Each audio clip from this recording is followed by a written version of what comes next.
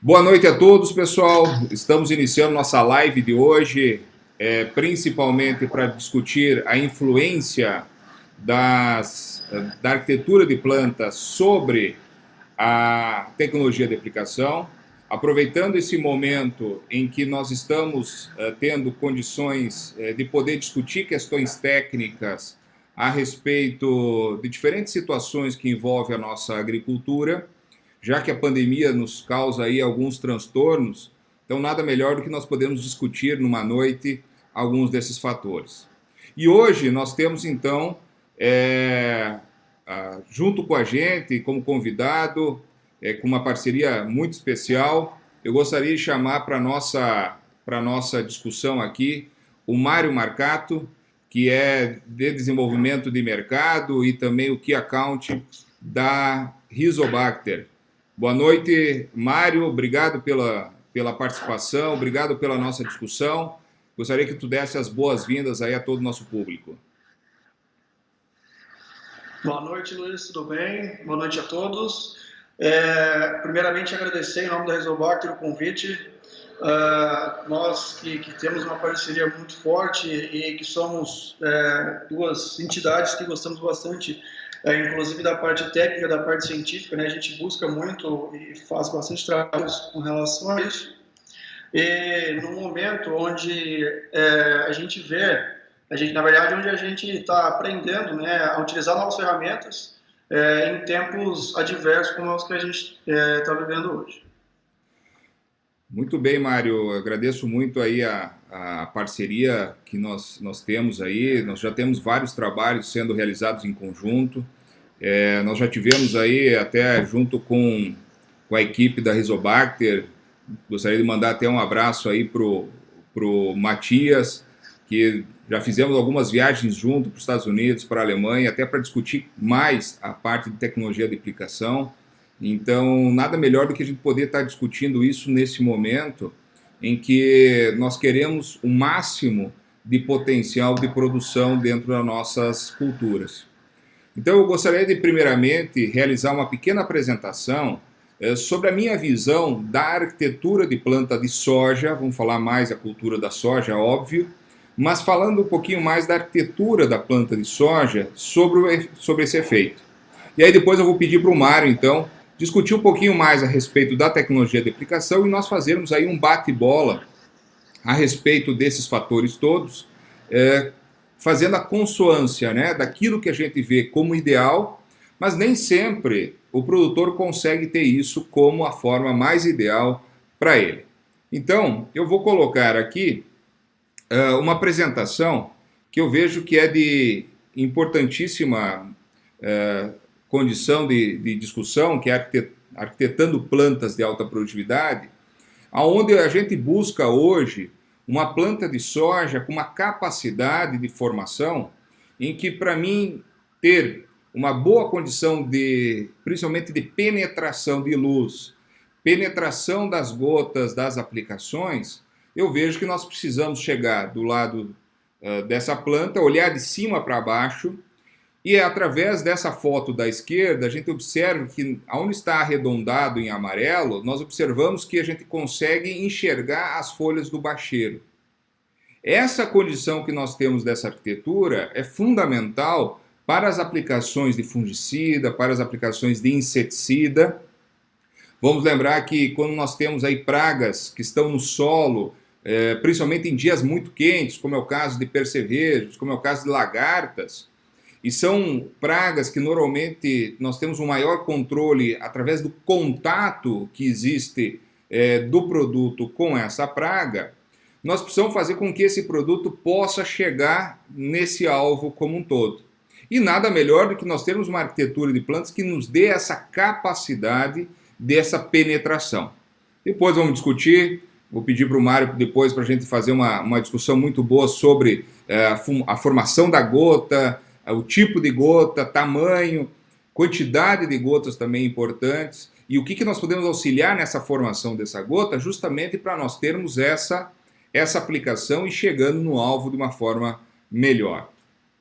Eu vejo que nós temos hoje uma condição muito importante de construção de raízes, construção das axilas, principalmente formando essas axilas num ângulo de 90 graus, onde muitos cultivares estão vindo com essa arquitetura mais adequada. Então elas auxiliam muito para que nós tenhamos um percentual de cauda chegando nessa parte mais baixeira, que vai ajudar no controle desses problemas como um todo.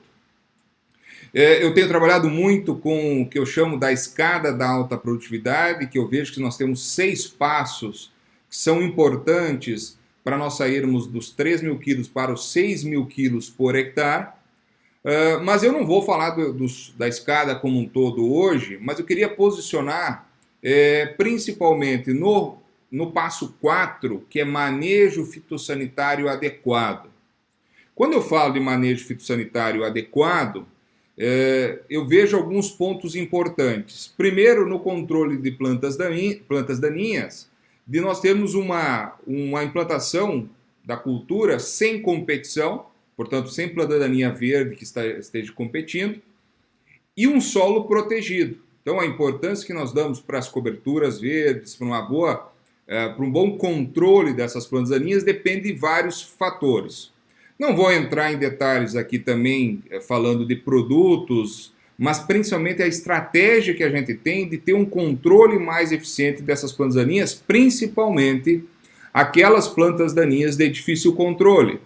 Hoje nós estamos tendo plantas daninhas que têm resistência a determinados herbicidas, que nós precisamos estar fazendo um rodízio em termos de produtos, em termos de grupos químicos, mas nós temos um outro problema que é eficiência de controle, que muitas vezes está atrelado à dose e à quantidade de ingrediente ativo que chega nessa planta aonde ela está. Então aqui vem, que é uma das questões que nós queremos discutir, o que a tecnologia de aplicação pode nos auxiliar na melhoria do controle dessas plantas daninhas, que nós temos essa dificuldade de controle. Resistência, nós temos que trabalhar produto, mas nós podemos estar melhorando a eficiência através do alvo mais adequado. Outro ponto importante é com relação às pragas. Nós também temos pragas aí de difícil controle atualmente. Eu considero aí os percevejos como os piores problemas atualmente pela sua mobilidade, pela sua reprodução, pela sua tolerância aos inseticidas. Se nós olharmos há mais de 20 anos atrás, quando foram lançados os neonicotinoides, nós tínhamos aí um controle muito eficiente dos neonicotinoides e, além disso, nós tínhamos um residual muito adequado também. Muitas vezes nós tínhamos aí 15 dias de residual. Hoje nós já não temos mais esse residual com esse tipo de produto, nós aplicamos e se vem uma nova revoada, nós temos aí uma nova infestação. Isso acontece muitas vezes em áreas onde nós temos plantas verdes com plantas novas sendo implantadas, como por exemplo a saída do inverno para a entrada do verão, a soja, o milho no sul do Brasil, ou a saída da soja e a entrada do milho safrinha no centro-oeste, nas regiões onde tem safrinha de milho. Então o controle dessas pragas é fundamental e principalmente chegar onde elas se encontram. Se nós temos, por exemplo, durante o inverno, uma cobertura verde, uma massa muito intensa, nós temos que fazer com que o produto consiga chegar até essa baixeira, onde possam estar sendo escondidos esses percevejos e ter um controle mais adequado. A mesma situação com relação a lagartas, com relação a outras pragas que nós temos nas culturas. O terceiro fator que é importante no manejo fitossanitário é o controle de doenças. Todos nós sabemos a importância que tem nós temos um bom controle de forma preventiva de manchas foliares, de ferrugem, como está na tela, que é uma das grandes doenças. Fazendo um grande parênteses aqui, essa última safra nós não tivemos uma grande pressão de ferrugem, principalmente devido às condições climáticas que não foram favoráveis a esse desenvolvimento tão agressivo, seja lá no Paraguai, seja no Paraná, seja no Rio Grande do Sul. Aconteceu a presença, a importância de um bom controle do uso de fungicida é fundamental para isso. E quando eu falo de doenças, eu gosto muito de olhar essa escada que tem aqui. O primeiro passo é definir o momento da primeira aplicação do fungicida. Segundo, o intervalo entre a primeira e a segunda e da segunda para a terceira aplicação, intervalo curto para que haja proteção e não deixar a entrada. Terceiro ponto, que é o que nós vamos discutir mais aqui hoje, é a tecnologia de aplicação. Somente em quarto lugar nós vamos discutir qual o fungicida que nós estamos utilizando e só em quinto lugar nós vamos discutir então a dose que está sendo utilizada desse fungicida. Então olha como é importante a tecnologia de aplicação. Eu faço aqui, Mário, uma grande discussão sobre essa questão, porque muitas vezes nós temos um produto excelente, vamos dizer, para fungicida, fazer um exemplo, onde nós temos aí um controle muito bom, mas se nós não tivermos uma tecnologia de aplicação para que chegue no alvo, não adianta nada, nós estamos jogando dinheiro fora. Por outro lado, se nós temos um produto inferior, um fungicida inferior de controle, mas nós temos uma tecnologia de aplicação melhor, muitas vezes é melhor nós termos essa condição do que ao contrário, tecnologia errada e o produto bom. Agora, claro que o ideal nessa conjuntura toda é ter as duas coisas boas, né? O fungicida mais adequado, de melhor controle, com uma boa tecnologia de aplicação para aproveitar ao máximo a tecnologia que está sendo empregada, para nós termos o máximo de controle dentro do alvo, dentro das condições todas de utilização. Então, por isso que eu coloco a tecnologia de aplicação hoje mais importante do que produto e dose a ser utilizado. Mas é fundamental o momento dessas aplicações. E é esse o motivo de por que nos últimos 5 anos nós investimos tanto na parte de tecnologia de aplicação. Porque nós vemos que nós tínhamos certas situações onde nós recomendávamos, indicávamos o uso de determinados produtos para determinadas situações, seja para controle de pragas, doenças, plantas daninhas, e depois nós tínhamos o retorno que não tinha funcionado aquela indicação. E como a gente tem um contato muito grande com muitos produtores, com muitos profissionais, muitas vezes nos estranhava esse retorno que não tinha funcionado. E foi aí que, há um pouco mais de 5 anos atrás, eu comecei a trabalhar e conhecer um pouquinho melhor os fatores que estavam levando a ter problemas de controle desses problemas que normalmente nós temos, né? Por exemplo, controle de lagarta na soja antes do Intacta, tendo problemas de controle com determinados inseticidas lá com a soja em fevereiro, quando a soja está totalmente fechada. Puxa, por que não está funcionando o produto A, produto B que nós temos usado normalmente? E aí, isso fez com que eu pudesse me colocar um pouquinho mais na frente do produtor para nós discutirmos quais os fatores que são importantes para essa aplicação. E por isso que eu coloco esse fator que eu comentei antes, o fator tecnologia de aplicação, mais importante do que produto. Para mim, hoje, é essa a condição. De novo falando, é óbvio que eu vou buscar sempre os melhores produtos, mas com uma boa tecnologia a ser empregada. E nesse investimento todo, hoje a gente faz vários trabalhos dentro do nosso track spray que nós inventamos aqui dentro da nossa estação, o túnel de ventos que nós desenvolvemos aqui internamente.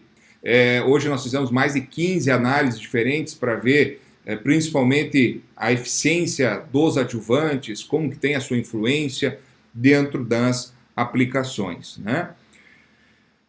Tem vários fatores que interferem nessa aplicação, eu não vou entrar em detalhe, eu vou deixar para o Mário discutir um pouquinho mais essa parte, né? Mas só para dar essa introdução, como é importante saber todos os fatores que estão envolvidos nas aplicações, como também o ambiente que está sendo desenvolvido, também vou deixar para o Mário falar um pouquinho mais, mas nós temos aí nós internamente nós trabalhamos com uma regrinha, com um parâmetro, que a umidade relativa do ar precisa ser pelo menos 2,4 vezes a temperatura.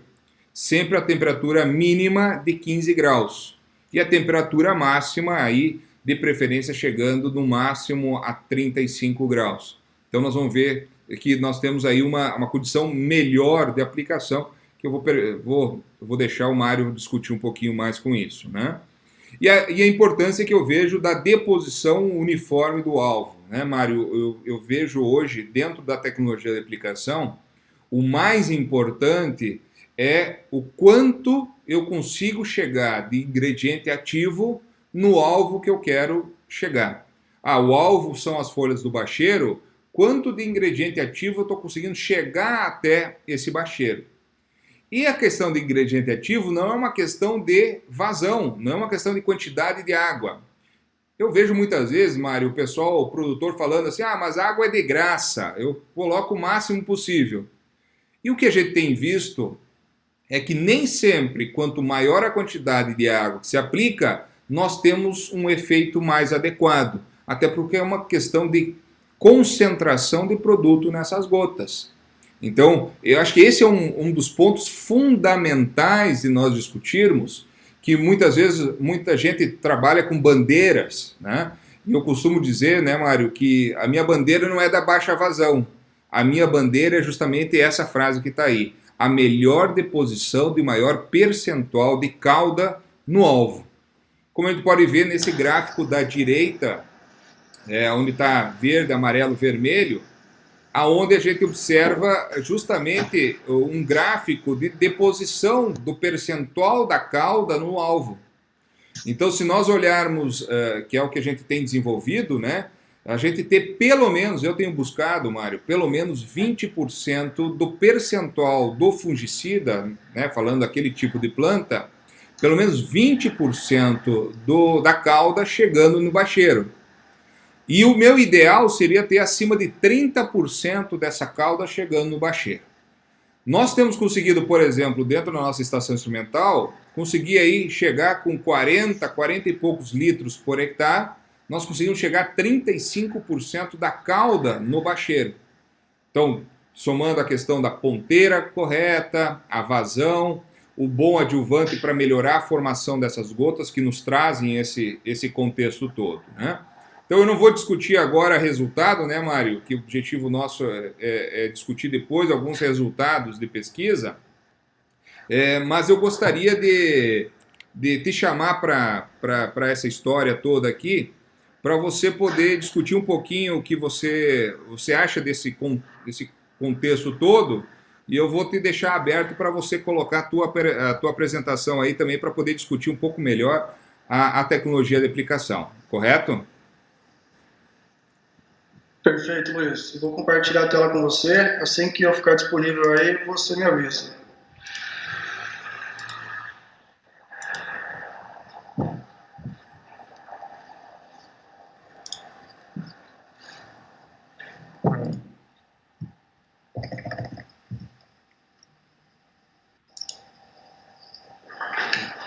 Pronto? Muito bem. Tá apresentando aí. Beleza, vamos lá. Boa noite, pessoal, tudo bem? Eu acho que a primeira questão que a gente tem que comentar e que o Luiz já falou para nós, né? Se a gente for olhar a tecnologia como um todo, né, de 5 anos para cá, ambas as empresas têm dado tem um olhar especial em cima dessa área, uma área que cresceu demais. Justamente pelas dificuldades que vem nos agregando todos os anos, as plantas daninhas, né, as doenças, e também aliado a isso, a dificuldade de ser lançado novos produtos, né? Então o pessoal acaba exigindo, né, tendo um olhar especial para a tecnologia de aplicação, para que isso junto agregue na eficiência dos produtos que nós já temos em mãos. Tá? Bom, pulverização é um trabalho que contém variáveis, e a gente costuma comentar que ele é das piores maneiras de se fazer o controle. Um dos exemplos disso foi os dados que o Luiz acabou de nos contar.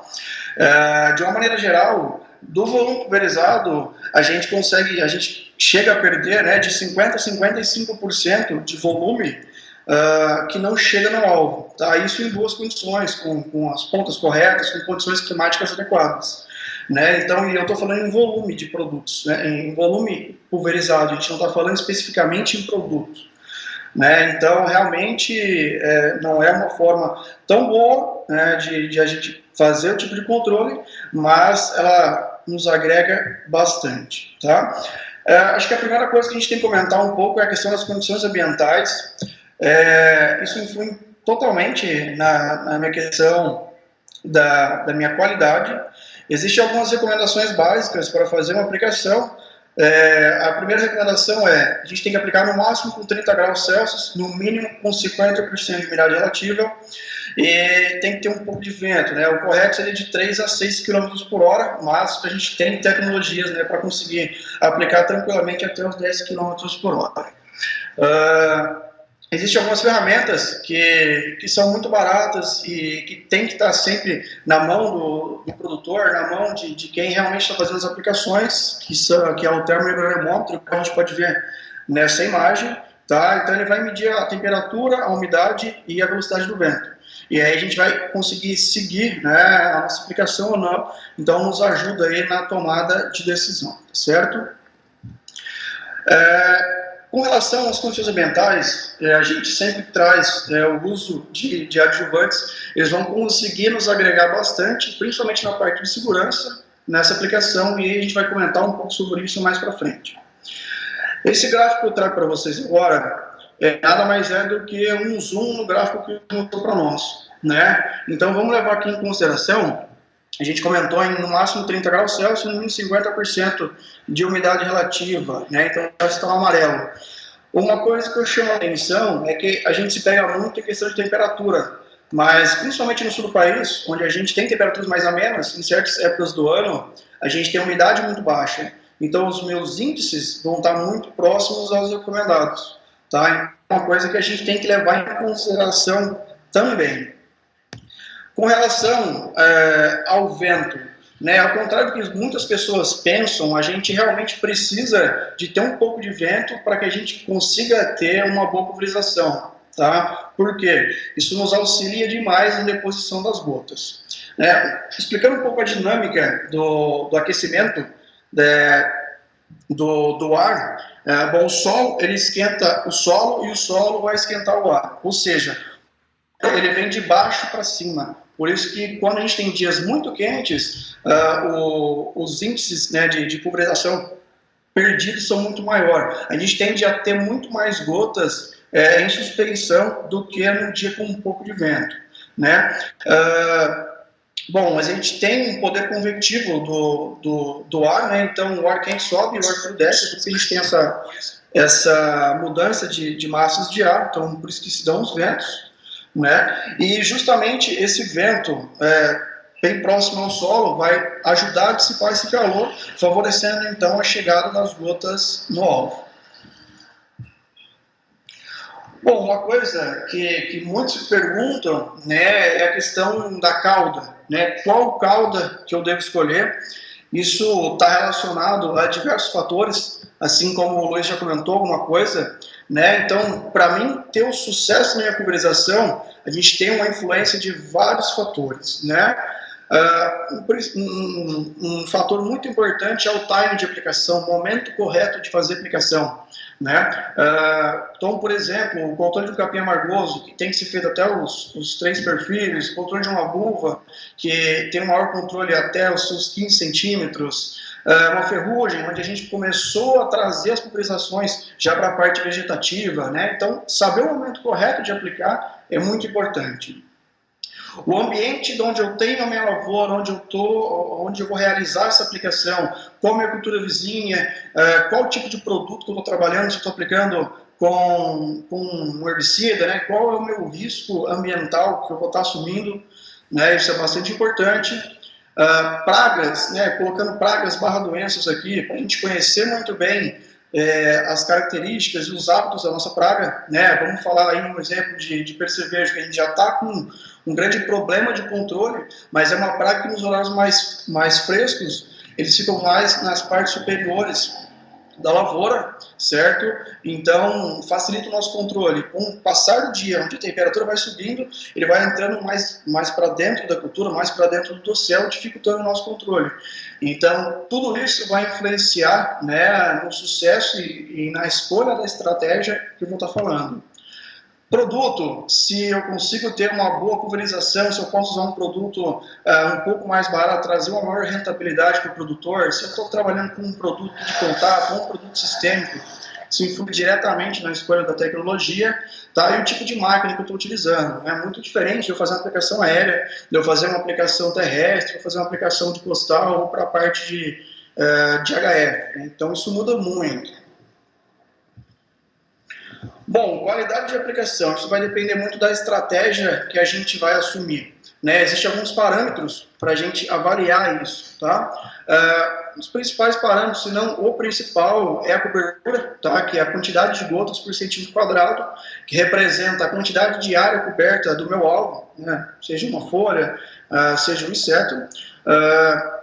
Uniformidade de distribuição, isso a gente consegue avaliar com uma mesa de distribuição. Isso a gente coloca uma mesa que ela tem canaletas, a gente consegue avaliar quão homogênea está sendo a nossa distribuição. Isso é bastante afetado pela de ponta, né? As pontas têm distribuições diferentes.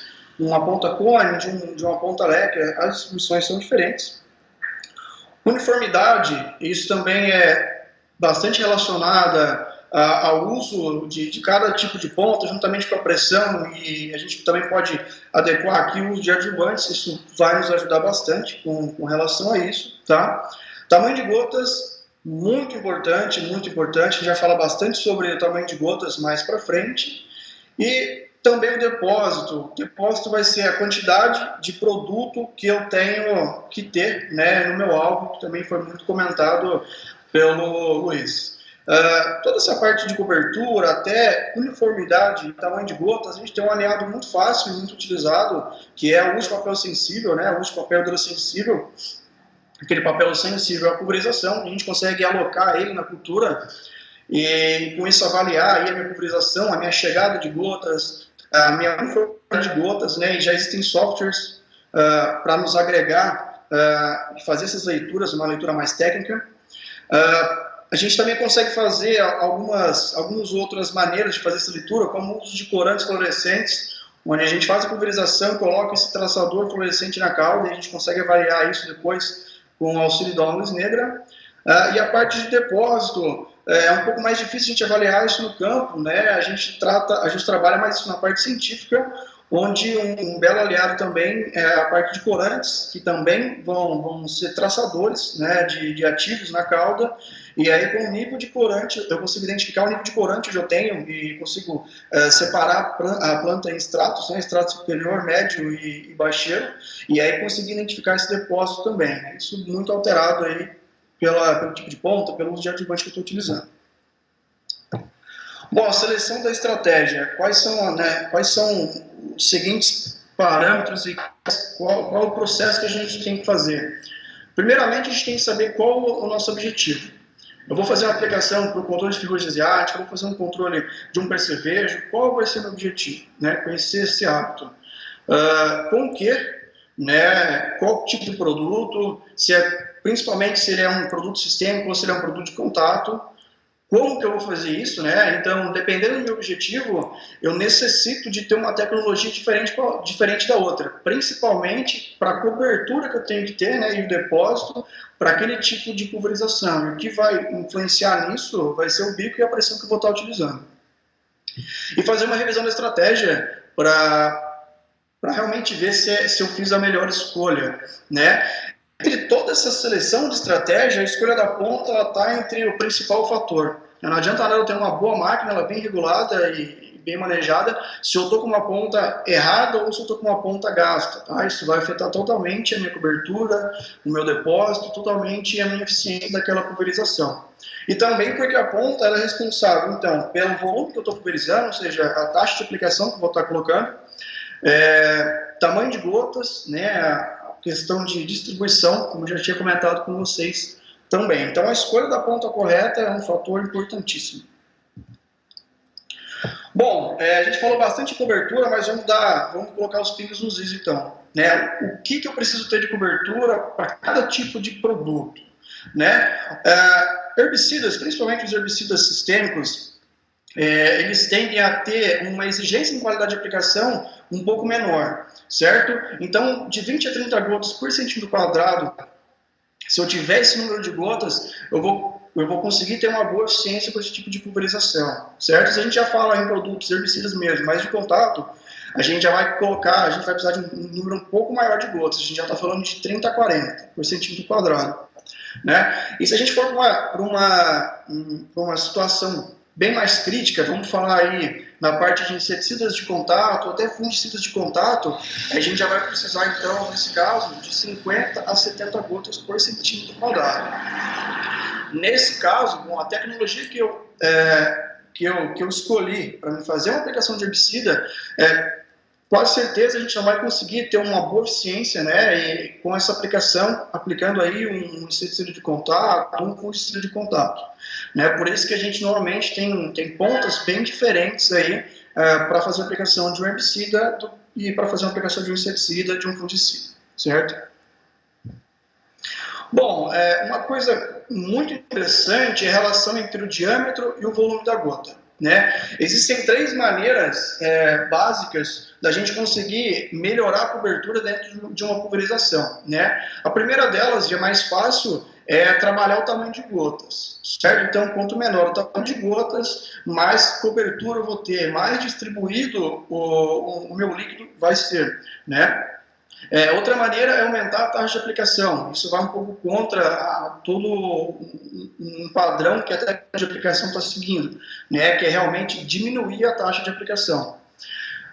Outra coisa é o uso de adjuvantes surfactantes, né, que vão ajudar a quebrar a tensão superficial da gota e ajudar com que aquela gota se espalhe, aumentando a cobertura dessa pulverização. Tá? Bom, a relação entre diâmetro e volume é uma relação de 1 para 8. Por quê?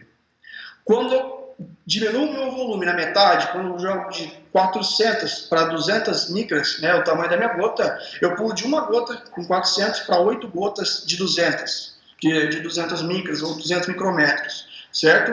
Então, assim, eu trabalhando um pouco o tamanho de gotas, eu já tenho uma boa mudança aí na minha cobertura, né? A maneira mais fácil de fazer isso é realmente ou trocar né, o modelo da minha conta ou fazer alteração de pressão. Bom, dinâmica de gotas, isso aqui também está uma coisa muito importante, principalmente esse é o principal fator que está relacionado à parte da arquitetura das plantas, certo? Independente, se eu trabalhasse com uma planta de soja, uma planta de milho, tá? A dinâmica das gotas é mais ou menos assim. As gotas grossas, né, ela é um tipo de gota onde ela não tem muita penetração dentro do dossel da cultura. Então, elas tendem a ficar mais na parte exterior e na parte superior. Se eu tiver uma cultura muito fechada, estiver fazendo uma aplicação de fungicida já nas últimas aplicações, eu vou ter grande parte da minha pulverização, mais de 80% na parte superior, né? Então, uma distribuição dentro da planta é muito ruim. Quando a gente começa a trabalhar com gotas médias, a gente tem um pouco mais, né, de penetração dentro do dossel da cultura e um pouco mais de cobertura. Mas realmente a gota que tem maior penetração dentro desse dossel, que vai me entregar mais em cobertura, são as gotas finas. Né, a gente só tem que tomar um pouco mais de cuidado quando a gente vai utilizar essas gotas. Né? São gotas mais suscetíveis aí à temperatura, a vento, né, a deriva em geral, mas são pontas que vai me entregar mais nessa questão de distribuição de produto, né, de cobertura de depósito dentro da planta. Né? Volume. Volume de pulverização é uma coisa bastante interessante, né? Muito se é falado em cima do volume. Bom, aqui a gente tem 3 casos, né? Um volume de 180, de 80 e de 24 litros por hectare. Independente do volume, né, ambas as pulverizações ficaram muito boas. A gente tem níveis, né, e quantidade de gotas suficiente para qualquer tipo de produto funcionar nesse alvo onde esse papel estava alocado. A gente costuma comentar que um nível de cobertura acima de 70%, né, como a gente observa aqui nos 180 litros, a gente já tem um índice de escorrimento muito grande. Né? Por quê? Aqui as gotas elas começam a se depositar uma em cima da outra, elas começam a se juntar e aí o perigo de escorrimento acaba aumentando bastante, certo? Outra coisa bastante interessante a gente observar aqui, pontos que fazem gotas maiores, né? Com maior volume, a gente tem um padrão de gotas mais desuniforme, né? Como a gente observa aqui nos 80 comparando aos 24. Uma das coisas que que nos leva, né, a diminuição de vazão é a diminuição também do meu tamanho de gotas. Por quê? Quanto menor a vazão, melhor eu preciso distribuir essa calda na planta para que ela funcione da melhor maneira possível. Bom, a gente falou bastante em gotas menores, né?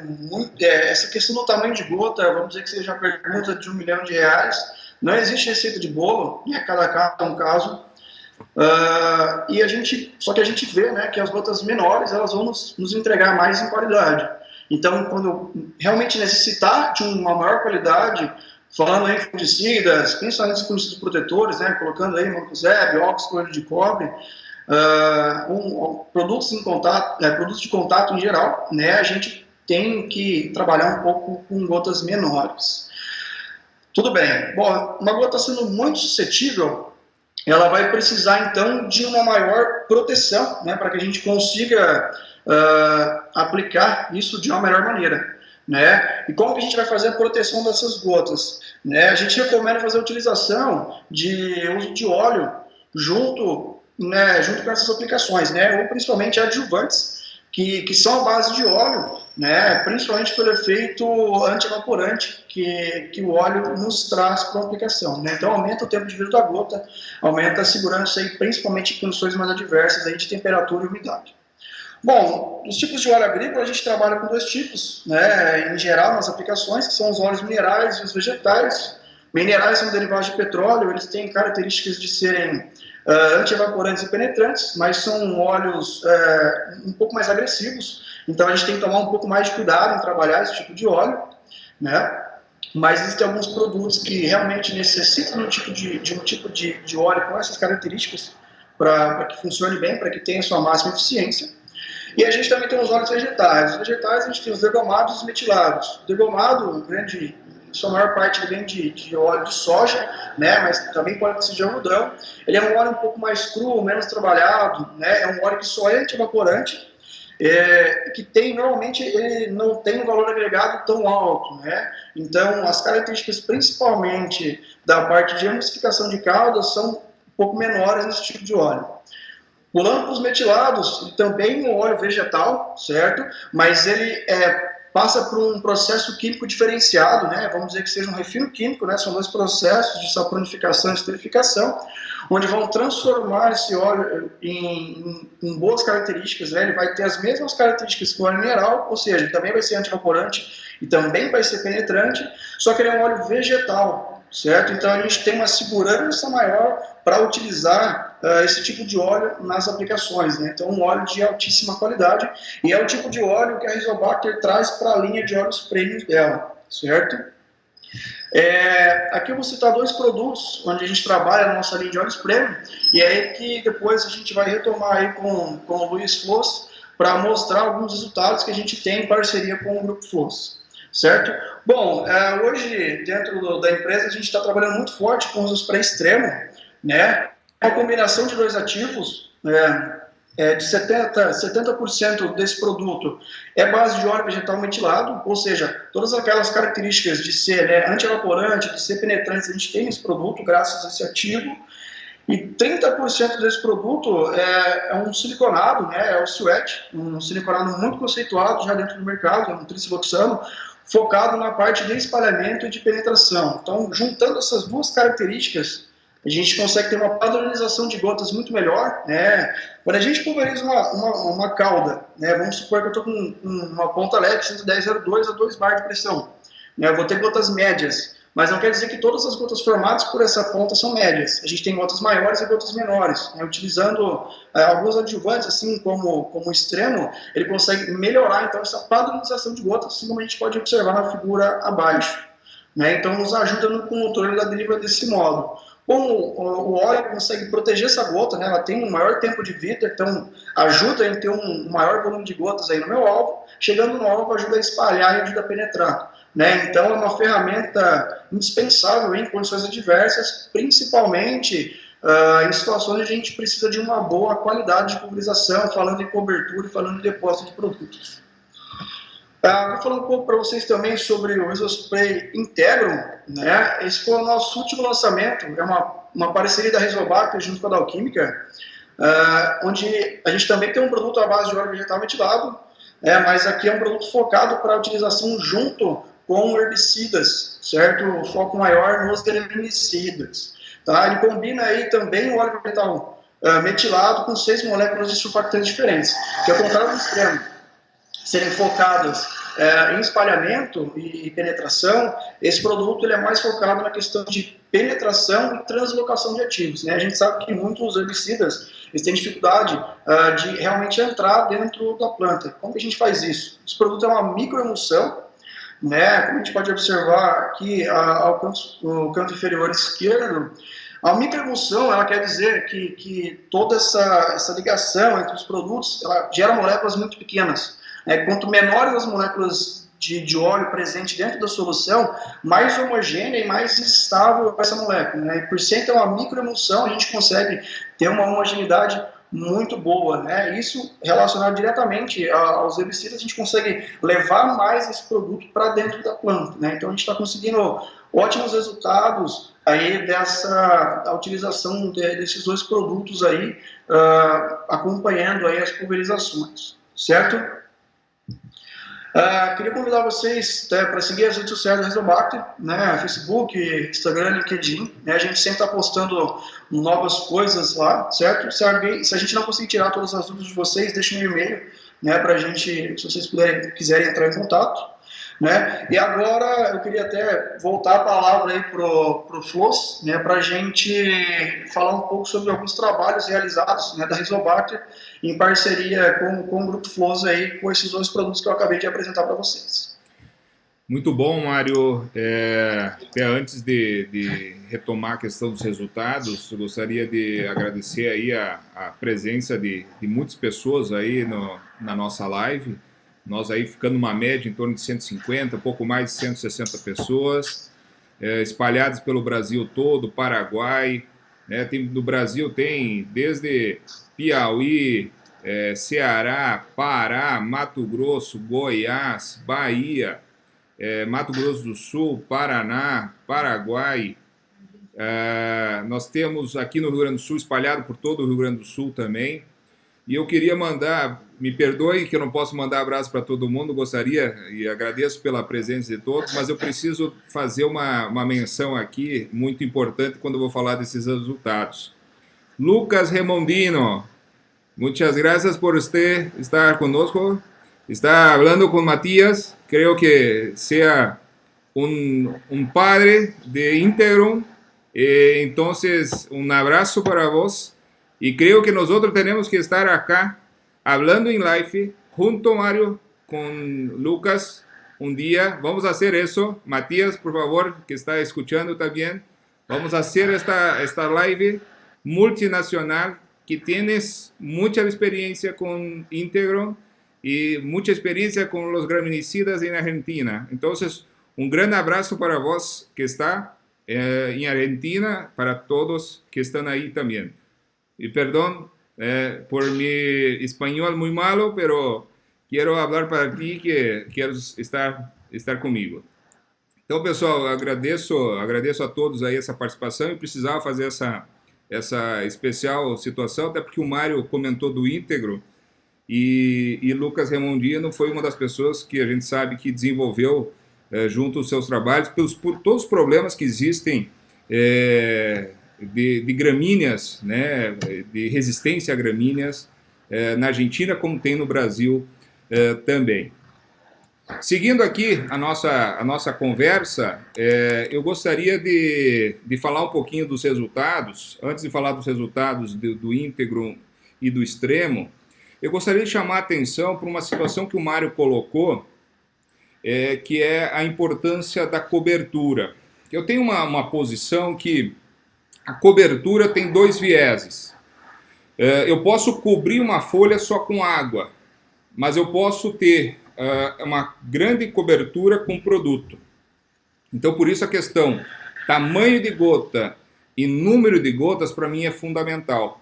Então, o Mário comentou até da tabela ali de número mínimo de gotas, né, por centímetro quadrado, e isso depende muito da vazão que está sendo trabalhada. Então, esse gráfico que eu estava comentando antes com vocês, o da direita acima, mostra justamente esse fator, porque nós podemos ter gotas, muitas gotas, e daqui a pouco não ter uma boa cobertura ou uma boa aplicação do produto. Então nós temos que unir essas duas situações. Eu queria chamar a atenção para vocês nos gráficos abaixo. No gráfico da esquerda é um trabalho que a gente desenvolveu principalmente para verificação do tempo em que existe a evaporação das gotas. É um trabalho que a gente faz isso medindo a massa, medindo o peso da gota durante um determinado tempo, para ver o quanto tempo ela evapora. Então é interessante justamente o que o Mário comentou sobre a questão dos óleos, né? Os óleos até melhoram a questão de uma água pura em termos de evaporação.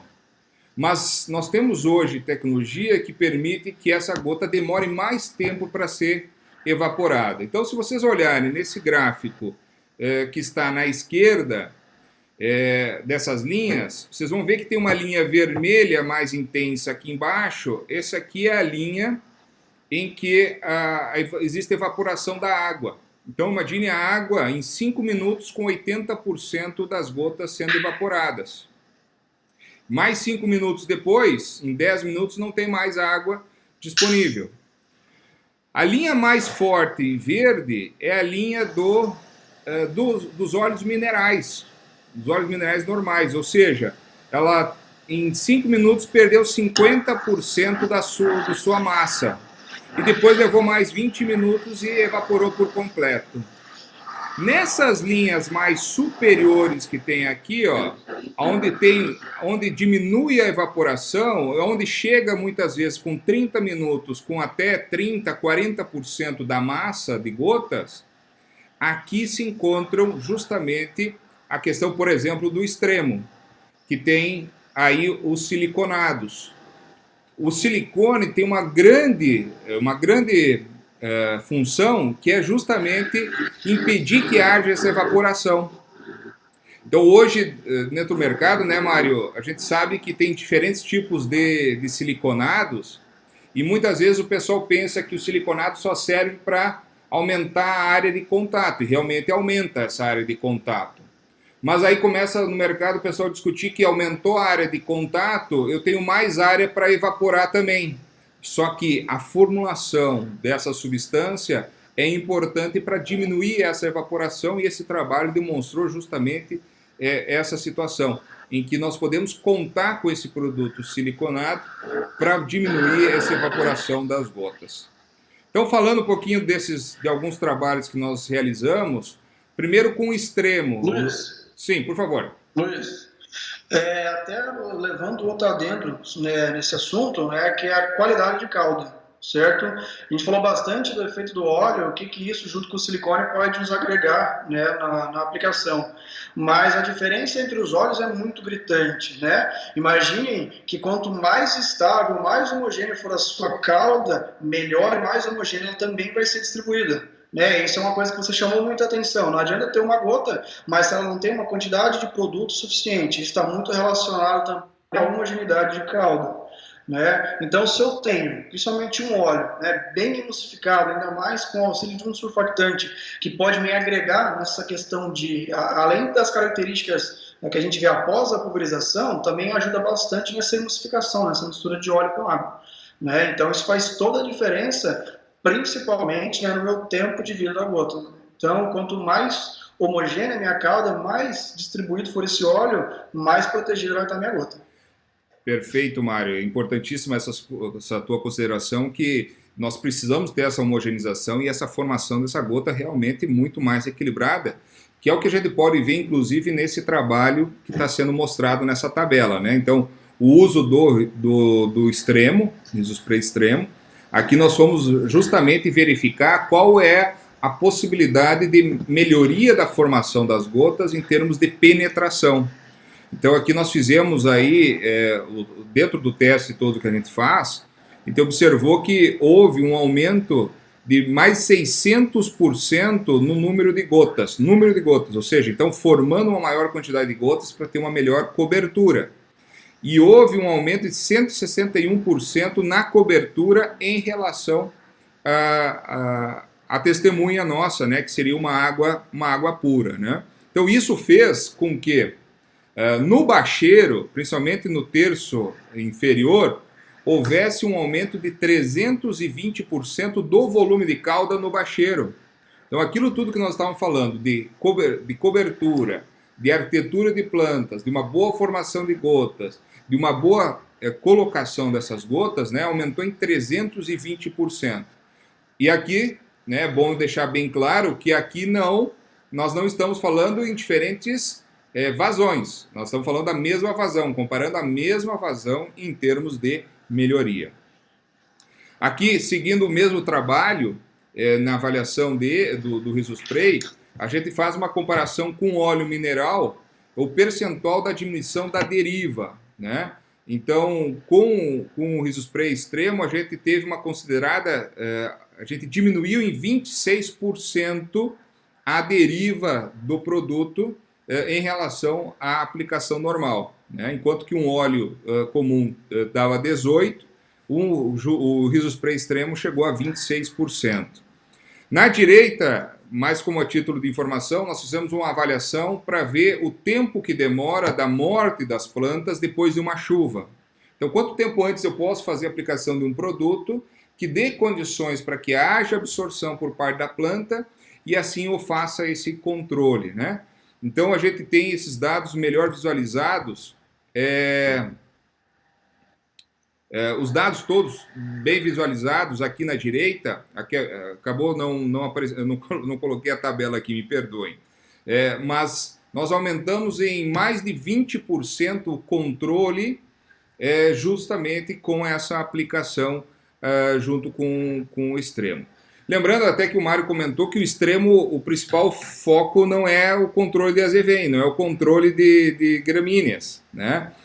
O extremo está muito envolvido com a aplicação de fungicidas para melhorar essa formação dessas gotas, né? Então aqui é mais a título de curiosidade em termos de absorção. Portanto, se ele auxiliou na absorção do herbicida por parte da planta para matar, ela também tem uma maior absorção com relação a fungicida também, né? E esse aqui é o percentual residual das gotas durante 30 minutos. Então aqui nesse gráfico a gente consegue visualizar melhor aquele outro dado que eu estava mostrando anteriormente, que tinha vários gráficozinhos menores que estava um pouco difícil de enxergar. Aqui dá para enxergar melhor essa comparação, aonde nós temos aqui nessa linha azul o tempo de evaporação da água, da gota só da água pura. Nesse laranja aqui, ó, de um óleo mineral, e aqui no vermelho, então, nós tendo a questão da evaporação do Risospray extremo, ou seja, maior quantidade de molhamento dessa gota, uma higroscopicidade maior, que quanto maior a higroscopicidade, quanto maior o que a gente chama de gota viva, mais tempo vai ter da planta estar absorvendo o produto que nós estamos colocando em conjunto. Indo para alguns resultados do Risospray íntegro no controle de azevém, né, já que nós temos aqui no sul do Brasil um grande problema hoje, que é a azevém, resistente a diferentes tipos de herbicidas, desde os resistentes a glifosato, resistente a ALS, resistente a CCase, já tem algumas plantas resistentes a paraquat também. Então, nós fomos fazer um trabalho para a gente fazer a comparação com o cletodin, pegar o cletodin, pegar o aloxifop, então pegar um FOP e um DIN, dois ACCases, sendo eles colocados com seu óleo respectivo comercial e comparado, tirando esse óleo respectivo, comparando com o uso do Risospray íntegro. E a gente vê aqui, ó, primeiro na tabela que tem aqui, ó, aos 28 dias, um controle bem superior desse azevém, né, com aqui o cletodin com 87%, o aloxifop com 89% de controle do azevém, contra o óleo normal do produto, 77%, 70%, né? Então o cletodin com Lanzaro, o aloxifop com joint oil. Então a gente pode ver que aqui aumentou em quase 30%, passou de 25% o incremento do controle desse azevém. Que ele pode ver na direita as fotos correspondentes a esse controle. Então, uma coisa é resistência, a outra coisa que eu estava comentando já lá atrás, antes, é a questão de dose e quantidade de produto chegando na planta, que então é uma questão de necessidade de controle. Então, quando a gente consegue chegar mais produto, que mais produto é absorvido por parte da planta, e nós temos um incremento de controle, não é resistência de plantas daninhas. Aqui nesse caso, são azevens que são suscetíveis aos acesiases, que nós conseguimos ter um melhor controle devido à melhor aplicação, melhor absorção por parte da planta, e assim nós tivemos um controle mais adequado. Até porque se nós tivéssemos resistência à acesiase, nós não tínhamos controle nenhum. Pode botar a dose que quiser, o adjuvante que quiser, que nós não vamos ter controle sobre isso, né? Então, isso aqui é bom a gente sempre deixar muito claro a respeito desses fatores. Então, esses aqui são os resultados que nós tivemos com os dois produtos. Não é só esses trabalhos, mas aqui para a gente poder observar um pouquinho melhor o uso dessas duas ferramentas, que eu acredito que a gente, dependendo da ferramenta que a gente utiliza, nós podemos incrementar e melhorar muito o controle dessas plantas daninhas como um todo. Certo? Mário, quer fazer algum comentário aí a respeito disso tudo? Certo. Luiz, eu acho que esses resultados que a gente tem expõem claramente o efeito, né, que a qualidade de aplicação tem nos agregados. Está muito ligado ao que eu falei no começo, né? A gente consegue, até por não ter muitas ferramentas novas para a gente fazer o manejo, seja de doenças, seja de plantas daninhas, né, ou insetos, a tecnologia de aplicação está aí para nos agregar demais na eficiência desses mesmos produtos. A gente viu aí que 20% a mais de controle, colocando uma ferramenta, vamos dizer assim, que a gente não tem que mudar em nada a nossa tecnologia, né? Então a gente está com boas ferramentas para nos aliar à tecnologia junto com o produtor aí. Então tá bem legal, e a gente tem a Rizobacter em si, a gente faz trabalhos, né, de rede ao redor do Brasil todo. Então, assim como no Sul, a gente tem problemas com o azevém, no Paraná com o capim amargoso, no Mato Grosso a gente está crescendo bastante os problemas aí com a parte de capim pé de galinha. A gente tende, né, a posicionar esses produtos e fazer trabalhos para trazer essas soluções para o produtor, né? Então a gente está tendo bons resultados também com essas outras plantas daninhas. Mário, enquanto o pessoal vai fazendo pergunta, o pessoal pode fazer pergunta aqui no nosso chat mesmo, né? Nós temos alguns minutos aí para poder trocar alguma informação. Eu queria deixar assim, até bem colocado essas questões todas, né? Que o objetivo hoje foi discutir mais a influência da arquitetura de planta, né? E como a gente tem trabalhado cada vez mais com a cultura da soja, porque é o que nós temos maior área, claro que a gente se preocupa muito com a cultura da soja. Mas nós temos muitas culturas que nós temos dificuldade em termos de controle, né? Dificuldade de aplicação. Então, até hoje mesmo, tive um questionamento sobre dessecação de milho, né? Pré-colheita. Então, são situações que muitas vezes tem necessidade que a aplicação que vai ser feita, o tipo de equipamento, ponteira, vazão, alvo, produto, como vai ser realizado, é muito mais importante do que propriamente a técnica, porque muitas vezes a gente pensa que vai resolver todos os problemas e não consegue chegar a isso aos seus níveis todos, né? Então, pessoal, eu vou aproveitar aqui, tem algumas perguntas que aqui o pessoal está fazendo, que eu vou... Mário, acho que aqui é para ti, do Ayrton Borim. Qual software você usa para ler os números de gotas? Né? O Ayrton lá de Lagoa Vermelha. Aquelas leituras todas. Tu quer comentar um pouquinho sobre isso? Perfeito. Hoje já existem vários softwares, né, para fazer isso. A própria Rizobacter desenvolveu um software exclusivo para fazer esse tipo de leitura, né, chamado Spray Guru. Toda a nossa equipe de campo tem acesso a essa ferramenta. A gente consegue fazer a leitura tanto do número de gotas, tamanho, parte de cobertura, fazer uma série de avaliações falando em eficiência de aplicação, né?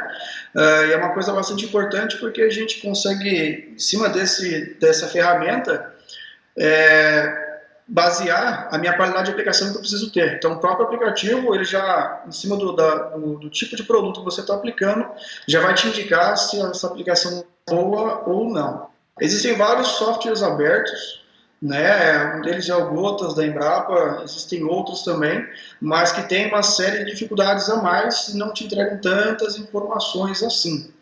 Né? Hoje os principais softwares são pagos, né? Cito também aqui o Dropscope, que também é muito utilizado, aí, inclusive por pesquisadores.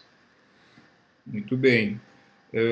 Aqui tem uma pergunta que eu acredito que seja daquele quadro que eu apresentei, a pergunta do Vinícius Nazário Landim, né? Daquele quadro que eu falei da questão da melhoria da formação das gotas. Eu acredito que seja esse o quadro, perguntando aí qual variedade, velocidade, taxa de aplicação, tipo de ponta e a densidade de gotas por centímetro quadrado, né, no quadro citado antes.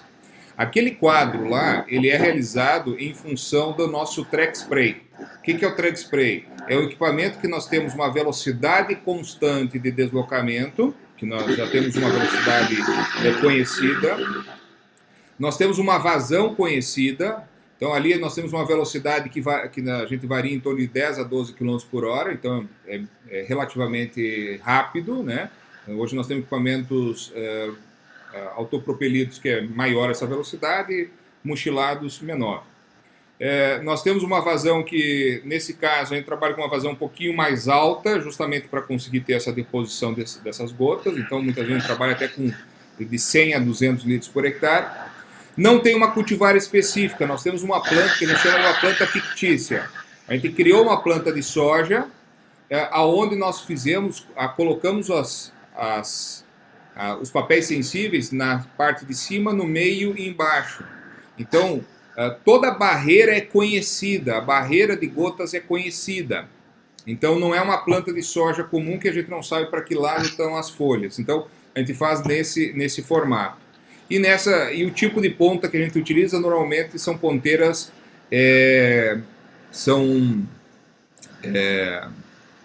nós temos vários tipos de ponteiras que a gente está trabalhando lá, mas principalmente nesse caso aqui foi a ponteira, foi um leque. Me perdoe que agora eu perdi a nomenclatura, mas é um leque, se me falha a memória, 11002, bico cerâmico, tá? Se não me falha a memória, são essas, né? E a densidade de gotas por centímetro quadrado é o que está naquela tabela ali, por isso que tem esse aumento da quantidade de gotas sendo formadas, né? Então isso depende muito da aplicação. Luiz, XR ou XR? XR, é o XR. Tem uma questão aqui, Luiz, que eu gostaria de comentar. Por favor. Uma pergunta do Gustavo Conte, em questão da aplicação noturna, qual a opinião de vocês? A aplicação noturna ela é um pouco complexa, né? Falando em regiões e falando em épocas do ano, e falando também nos hábitos das pragas. Uma coisa que acontece bastante, principalmente no final do dia e começo da noite, e também às vezes na madrugada, é chamada inversão térmica. O que acontece? A gente não tem troca de calor entre as partes, então o que isso vai ocasionar? A gente não vai ter vento, certo? O que vai ocasionar isso numa aplicação? Quando eu estou aplicando com inversão térmica, a minha pulverização ela não desce, né? Então a gente tende essas gotas a ficarem pairando, e isso aí vão ficar, a tendência delas evaporarem e serem perdidas por deriva, né? É muito maior. Outras questões são os hábitos das pragas, né? A gente sabe que tem algumas lagartas mesmo, que à noite elas tendem a ficar na parte de baixo das folhas, né? Então isso também dificulta mais esse tipo de aplicação, né? Outra coisa bastante importante é a questão do orvalho, né? Então se a gente tiver grande quantidade de orvalho, até pela diluição muito grande, pelo aumento da possibilidade até de um escorrimento dessas gotas, né, isso vai impossibilitar uma aplicação. Então, são algumas coisas que a gente tem que levar bastante em consideração na aplicação noturna. Mas ela tende também a agregar bastante por ter condições ambientais mais favoráveis, né? Tirando esses fatores que eu comentei, a gente tende a ter temperaturas mais baixas e umidades melhores, né? Isso ajuda bastante com relação à qualidade de aplicação, né? Tempo de vida de gota, nesse sentido. Então, ela é favorável, mas a gente tem que tomar alguns cuidados aí. Mário, eu vejo muito com relação à arquitetura de planta, a arquitetura de planta responde muito essa questão desse fator. Né? Acho que tu falaste muito bem sobre a importância da inversão térmica, que acontece no final da tarde, início da noite, né? Que quando o sol está quente, faz com que haja essa formação toda, né? Muito bem falado. E eu gosto de fazer as aplicações de madrugada para de manhã cedo, mas... Por exemplo, e aí que é o exemplo que eu dou muitas vezes para os produtores. Se eu tenho uma soja que tem aquele tipo de ângulo de formação, que eu tenho penetração, fantástica aplicação. Porque daí de madrugada e manhã cedo eu tenho umidade relativa do ar alta, tenho temperatura mais baixa, portanto a minha gota fica mais tempo viva, mais umidificada por mais tempo. Agora, se eu pego um cultivar que tem grande ramificação, que eu tenho uma grande quantidade de biomassa, que de madrugada uma folha está em cima da outra, que faz um dossel, não adianta eu fazer aplicação que esse dossel impede a passagem dessas gotas. Eu posso colocar a maior dose possível, eu posso colocar a maior vazão possível, que eu não vou ter penetração. A brincadeira que eu faço aqui no Rio Grande do Sul é, cheguei às 5 horas da manhã, tem um tipo de planta toda fechada, vai tomar chimarrão, não vai fazer aplicação. Então nós temos que saber conhecer o tipo de planta para poder fazer essa aplicação da melhor maneira possível. Por isso que eu concordo contigo, Mário, naquilo que tu estava comentando. São fatores que são importantes nós analisarmos a trabalhar. E se eu tenho esse tipo de situação, que eu tenho uma planta muito fechada, que eu preciso esperar evaporar a água para que haja um ângulo diferente da folha e ter penetração, muitas vezes isso vai acontecer lá por 10 horas da manhã, 11 horas da manhã, meio-dia, temperatura mais alta, umidade relativa do ar mais baixa.